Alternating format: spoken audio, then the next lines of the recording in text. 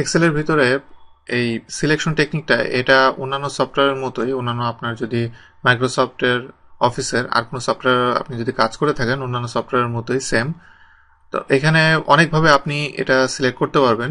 যেমন আমি যদি এটাকে সিলেক্ট করতে চাই, প্রথম যেটা যে আমি মাউস দিয়ে আমি সিলেক্ট করছি, আমি যতটুকু রিজন সেটা মাউস দিয়ে করতে পারবো। এরপরে সিলেকশন আরেকটা টেকনিক হলো আমি যদি রিজন এখানে আমি সিলেক্ট করি এবং আমার সবার লাস্টে যে এখানে সিলেক্ট করতে হবে, সেক্ষেত্রে আমি জাস্ট শিফট প্রেস করে ধরে আমি যদি এটার উপর ক্লিক করি তাহলে পুরো রিজনটা এখান থেকে সিলেক্ট হবে, অথবা উল্টাভাবে আমি এখান থেকে সিলেক্ট করে এখানে শিফট চাপ দিয়ে ধরে এখানে সিলেক্ট করলে এটা সিলেক্ট হবে।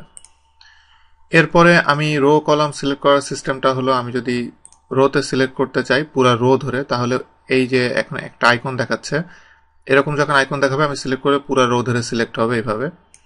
এরপরে আমি যদি এতক্ষণ আমি কলাম দেখিয়েছি, আসলে এখন হবে রো।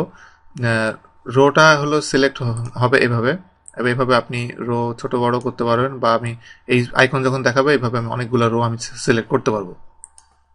এরপর আমি র্যান্ডম ডাটা যদি সিলেক্ট করতে চাই, সেক্ষেত্রে আমি কন্ট্রোল চাপ দিয়ে ধরে আমি যে এই কয়টা সিলেক্ট করলাম বা এইগুলো আমি সিলেক্ট করলাম, এভাবে আমি কন্ট্রোল চাপ দিয়ে ধরে আমি এইভাবে মাউস দিয়ে আমি র্যান্ডম ডাটাগুলো আমি সিলেক্ট করতে পারবো। অথবা আপনি কন্ট্রোল চাপ দিয়ে ধরে এই কলাম এই কলাম এই কলাম এই তিনটা কলাম আপনি সিলেক্ট করতে পারবেন। এরপরে আপনি যদি মনে করেন যে আপনি এখানে এখানে ধরে আছেন, আপনি কিবোর্ড দিয়ে এটা কলামটা সিলেক্ট করতে চান, সেক্ষেত্রে কলাম এবং রো সিলেক্ট করার ক্ষেত্রে আমি যদি শিফট স্পেস বার আমি দিই তাহলে একটা রো সিলেক্ট হয়ে যাবে পুরা। আবার আমি যদি একটা কলাম স্পেস বার দিই তাহলে এখানে দেখেন যে রোটা সিলেক্ট হয়ে গেছে। এভাবে আপনি কলাম রো আপনি এই কিবোর্ড শর্টকাটের মাধ্যমে আপনি সিলেক্ট করতে পারবেন। এরপরে আমি যদি এমন করতে চাই যে আমি এখানে শুধু ডাটা রিজনটুকু আমি সিলেক্ট করতে চাই, যদি শুধু ডাটা রিজনটুকু আমি সিলেক্ট করতে চাই, যে কোনো একটার ভিতরে আমি জাস্ট কন্ট্রোল এ যদি প্রেস করি ডাটা রিজন যেতটুকু সেইটুকু সিলেক্ট হয়েছে, এবং আমি যদি আবার কন্ট্রোলে প্রেস করি হোল শিটটাকে সে সিলেক্ট করবে।